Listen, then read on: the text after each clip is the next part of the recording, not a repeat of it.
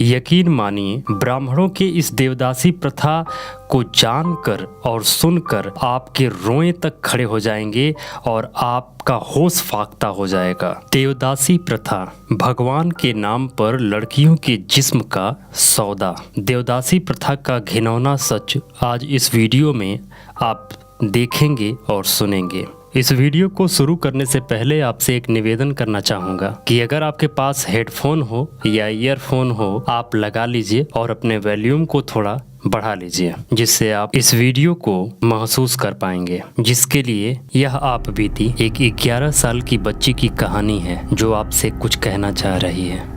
देवदासियों की चीखों से गूंजते मंदिर के गुंबद, यूं तो मुझे आप सब देवदासी के नाम से पुकारते हैं, जिसका अर्थ देवता की दासी होता है, यानी ईश्वर की सेवा करने वाली पत्नी होता है। पर यह सच से कोसों दूर है। कुछ ऐसे जैसे दिन में तपते सूरज के नीचे बिना किसी आश्रय के बैठकर आँखों को बंद करके ये सोचना कि मैं चांदनी की शीतलता महसूस कर रहा हूँ। इस झूठ को जीते हुए मुझे 30 साल से अधिक हो गए हैं, पर मेरे जीवन की वह आखिरी बदसूरत शाम मैं आज भी नहीं भूली हूँ। रात का समय था, कोई दरवाजे पर आया। मैंने बोला, आई, कोई आया है बाबा से मिलने। आई बोली, अरे देवा, माँ आने वाले के चरणों में लेट गई। आपने क्यों कष्ट किया? माँ ने बोला, संदेशा भिजवा देते, हम तुरंत हाजिर हो जाते। तब तक बाबा भी आ गए थे। बाबा भी वही कह रहे थे और वही कर रहे थे जो माँ ने किया। आने वाले ने एक नज़र मुझे देखा और बोले, बहुत भाग्यशाली हो, बड़े महंत ने तुम्हारी दूसरी बेटी को भी ईश्वर की पुत्री बनाने का सौभाग्य तुम्हें दिया है। यह सुनकर मैं भी प्रसन्न हो गई। इसका मतलब दीदी से मिलूंगी। माँ और बाबा ने सारी तैयारी रात को ही कर ली जाने के लिए। अगली दोपहर हम मंदिर के बड़े से प्रांगण में थे।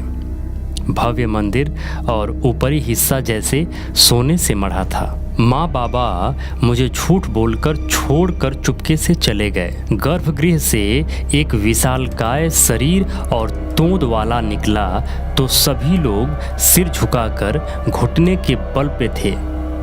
मुझे भी वैसे ही करने के लिए कहा गया कि मैं झुक जाऊं, मैं घुटनों के बल पे हो जाऊं उस बड़े से विशालकाय व्यक्ति और तोंद वाले और लाल लाल आँखों वाले व्यक्ति के सामने।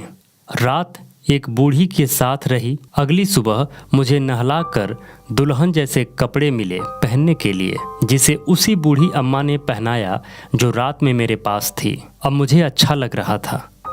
बस मुझे ही देख रहे थे लोग, मेरी खूबसूरती की बलाएं ले रहे थे। मेरा विवाह कर दिया गया भगवान की मूर्ति के साथ, जिसे दुनिया पूजती है। अब मैं उसकी पत्नी सोचकर प्रसन्नता की लहर दौड़ रही थी पूरे शरीर में। मुझे रात 10 बजे तक साफ सुथरे कमरे में भेज दिया गया, जहां पलंग पर सुगंधित फूल अपनी खुशबू बिखेर रहे थे। कमरा बहुत साफ था, बहुत बड़ा था। बंद कर दिया गया कमरे में मुझे। मैंने भी सोचा, आज ईश्वर खुद मेरी वरण करेंगे। ध्यान रखना, ईश्वर नाराज ना होने पाए।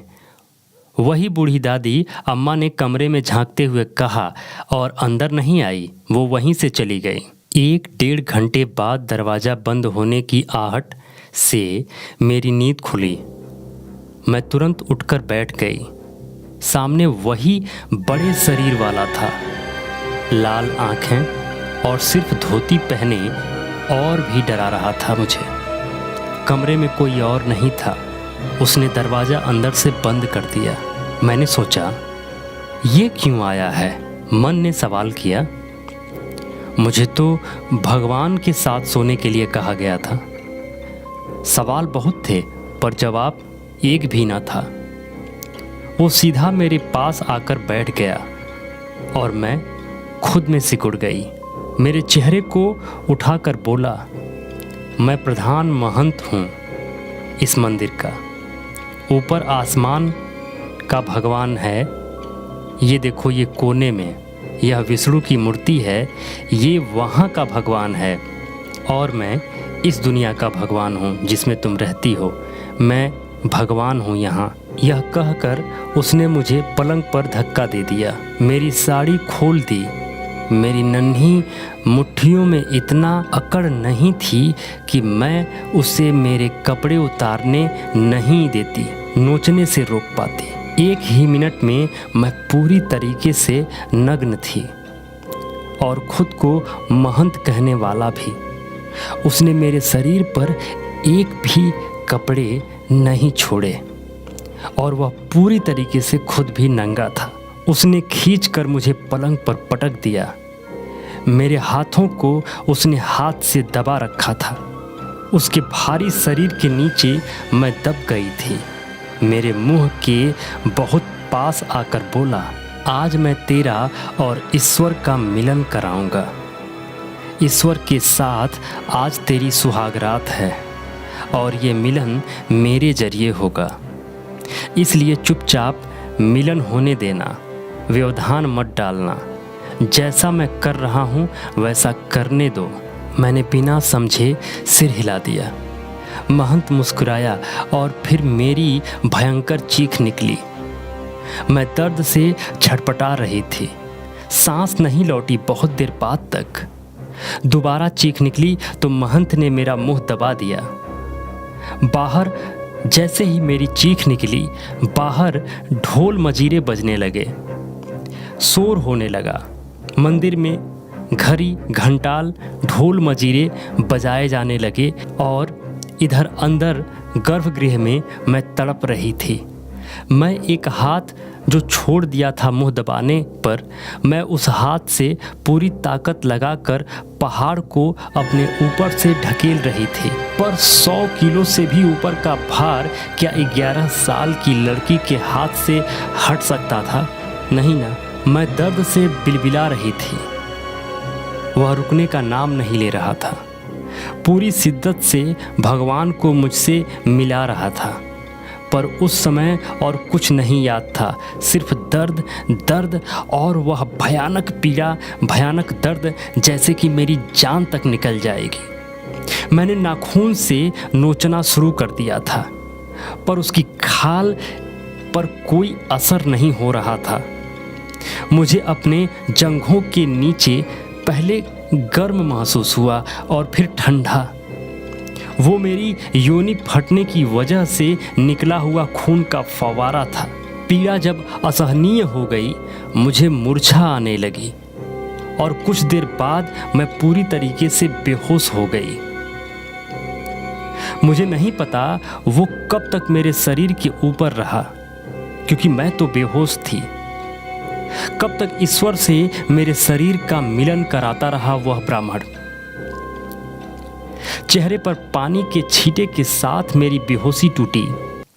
मेरे ऊपर एक चादर थी और वही बूढ़ी अम्मा मेरे घाव को गर्म पानी से संभाल संभाल कर धो रही थी।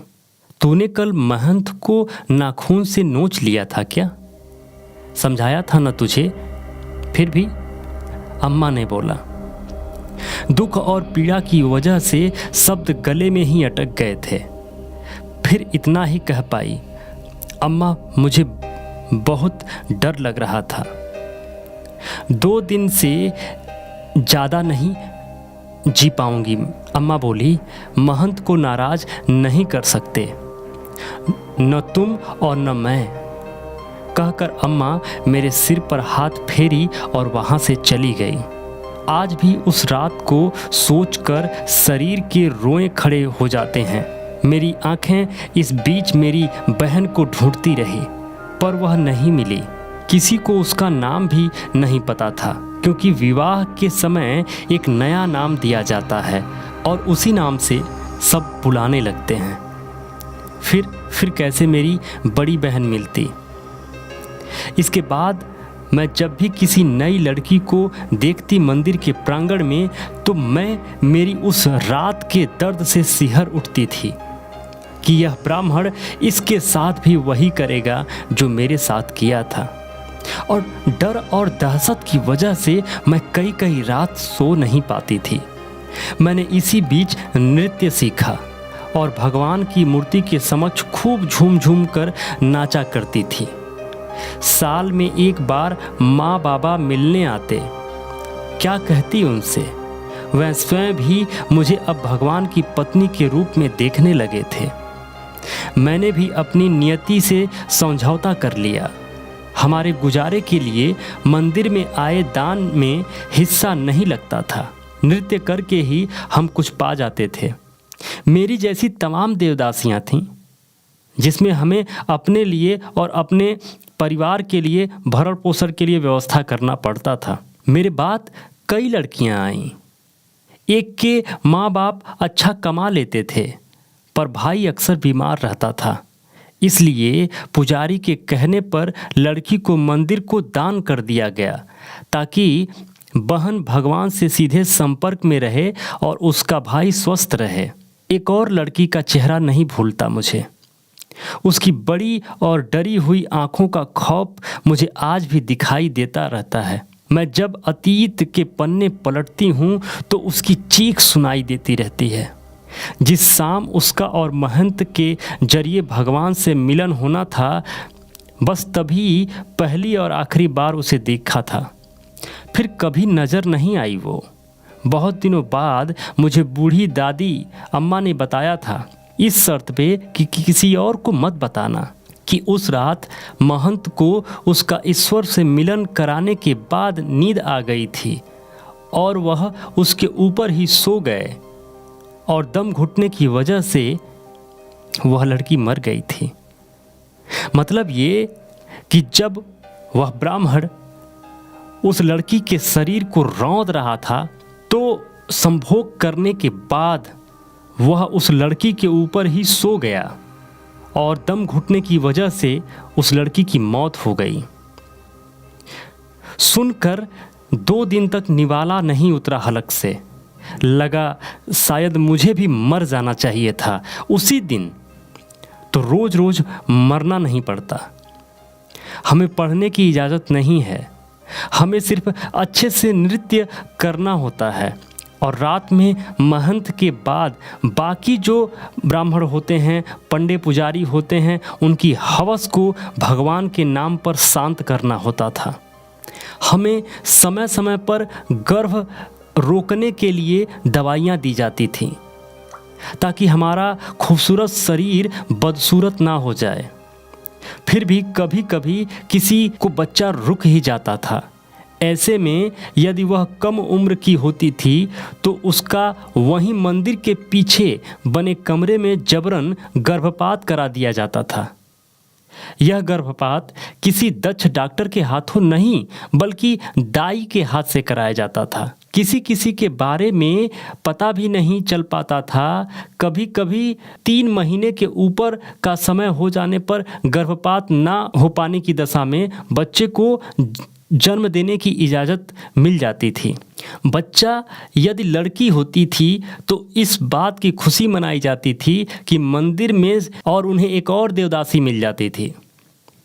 मेरी जैसी एक नहीं, हजारों हैं। जब पुरी के प्रभु जगन्नाथ का रथ निकलता है तो मुझ जैसी हजारों की संख्या में देवदासियां होती हैं, जो ईश्वर के एक मंदिर से निकलकर दूसरे मंदिर जाने तक बिना रुके नृत्य करती हैं। हम सभी के दर्द एक हैं, हम सभी के घाव एक जैसे हैं, पर मूक और बधिर जैसे एक दूसरे को देखती रहती हैं। बस मैं उनकी आँखों का दर्द सुन लेती हूँ और वे मेरी आँखों से छलका दर्द बिन कहे समझ लेती हैं। यहाँ से निकलने के बाद हमारे पास न तो परिवार होता है, न कोई बड़ी धनराशि और न कोई ठौर ठिकाना जहाँ 2 वक्त की रोटी और सिर छुपाने के लिए जगह मिल जाए। नतीजा, हम एक दलदल से निकलकर दूसरे दलदल में आ जाते हैं। वहाँ हमारा उपभोग ईश्वर के नाम पर महंत और पंडे नहीं करते थे, और वहाँ हर तरह का व्यक्ति हमारा कस्टमर होता था। न वहाँ सम्मान जैसा कुछ था, न वहाँ मुझ जैसी वहाँ ईश्वर के नाम पर वेश्याएं थीं। यहाँ सच की वेश्याएं हैं। यहाँ पर 100 में से 80 किसी समय में देवदासी ही थीं। वह सभी देवदासियाँ एक समय के बाद इन वेश्यालयों पर रहने के लिए मजबूर हो जाती थीं। कहने के लिए देवदासी प्रथा बंद कर दी गई है और यह अब कानून के खिलाफ है, पर यह प्रथा ठीक उसी प्रकार बंद है जैसे दहेज प्रथा। कानूनन जुर्म है, पर सब देते हैं सब लेते हैं। ये प्रथा वेश्यावृत्ति को आगे बढ़ाने का पहला चरण है। दूसरे चरण वेश्यावृत्ति में और कोई विकल्प होने की वजह से मेरी जैसी खुद ही चुन लेती हैं। वहाँ जवानी को स्वाहा करने के बाद बुढ़ापा बेहद कष्टमय गुजरता है। देवदासियों का 2 वक्त का भोजन तक नसीब नहीं होता है।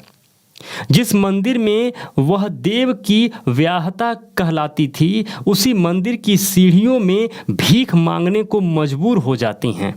पेट की आग सिर्फ रोटी की भाषा समझती है, पर बुजुर्ग देवदासियां एड़ियां रगड़ रगड़ कर मरने को लाचार होती हैं उन्हीं मंदिर के सीढ़ियों में, जहां पर वह कभी भगवान की पत्नी कही जाती थी। कई बार भूख और बीमारी के चलते उन्हीं सीढ़ियों पर खिसट खिसट कर दम तोड़ देती हैं। और हाँ, एक बात बतानी रह गई। वेश्याओं के बाजार में मुझे मेरी बड़ी बहन मिली थी। बहुत बीमार थी वो। पता चलने पर मैं लगभग भागती हुई गई थी उसकी खोली की तरफ, पर बहुत भीड़ थी उसके दरवाजे। लक्ष्मी दीदी कहते हुए मैं अंदर गई, जो उसका निर्जीव अकड़ा हुआ शरीर पड़ा था। मर तो वो बहुत पहले गई थी, बस सांसें निकलनी बाकी थी। 6ठी सदी में शुरू हुआ यह प्रथा आज 21वीं सदी में कर्नाटक, आंध्र प्रदेश, तमिलनाडु, महाराष्ट्र, उड़ीसा में फल फूल रहा है, लेकिन सरकार इसके ऊपर कभी ध्यान नहीं देती। ब्राह्मणों का यह घिनौना प्रथा आज भी जीवित है। मेरी जैसे हजारों सैकड़ों लड़कियां अपने जीवन को इस तरीके से दूसरे के हवाले करके पूरा जीवन उनका बर्बाद हो जाता है। ये है देवदासी प्रथा और ये है हमारे देश की सच्चाई। ये है राम राज्य की सच्चाई। ये है ब्राह्मणों के शासन की सच्चाई। क्या है ये? और मानवता का हनन लोग आंखें मूंद कर कैसे देख लेते हैं, कैसे बर्दाश्त कर लेते हैं, कैसे इस देश में सांस ले पाते हैं। यह घिनौना खेल कब तक चलेगा? सैकड़ों सालों से ब्राह्मण लोगों की बहन बेटियों को नोच रहे हैं, खसोट रहे हैं और मंदिर के गर्भगृह के नाम पर, मंदिर के नाम पर, भगवान के नाम पर नोचते हैं, खसोटते हैं और अपने हवस का शिकार बनाते हैं। कब तक चलेगा ये? कब तक चलेगा?